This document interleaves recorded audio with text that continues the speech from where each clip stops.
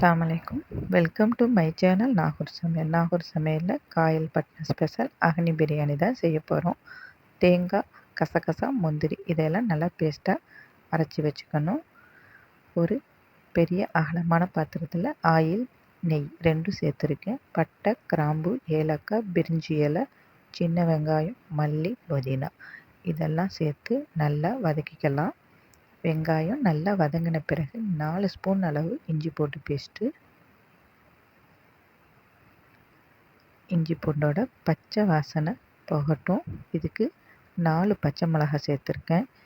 இந்த பிரியாணி மைல்டான ஸ்பைசியாக தான் இருக்கும். தயிர் 1 கப் அளவு சேர்த்துருக்கேன்.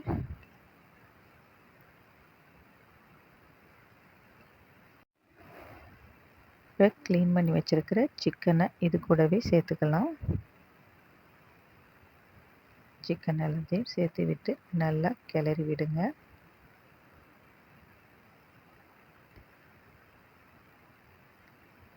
இதுக்கு தேவையான அளவு உப்பு அதையும் சேர்த்து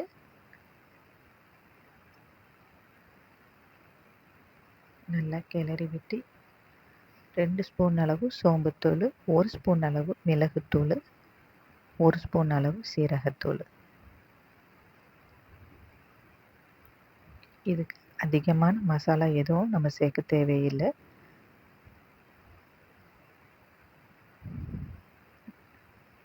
இந்த அளவு கொதித்த பிறகு நம்ம அரைச்சி வச்சுருக்கிற அந்த தேங்காய் முந்திரி பேஸ்ட்டை சேர்த்துக்கலாம்.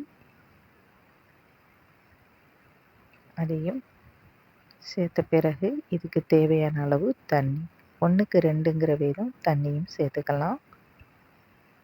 மூடியை போட்டு நல்லா கொதிக்க விடுங்க.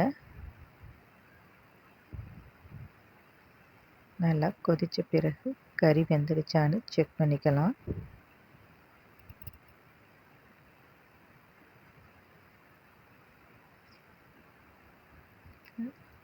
கறி வெந்துடுச்சு. இப்போ நம்ம ஊற வச்சிருக்கிற அரிசியையும் இது கூடவே சேர்த்துக்கலாம்.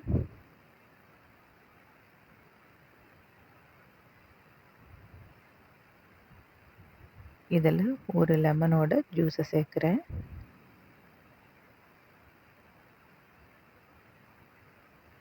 தண்ணி ஓரளவு நல்லா சுண்டி வந்த பிறகு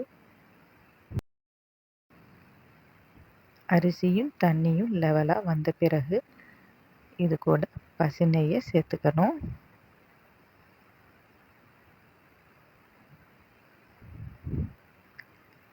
நான் தம் போடுறதுக்காக அடியில் ஒரு தோசைக்கல்லை வச்சு தம் போட்டுக்கலாம்.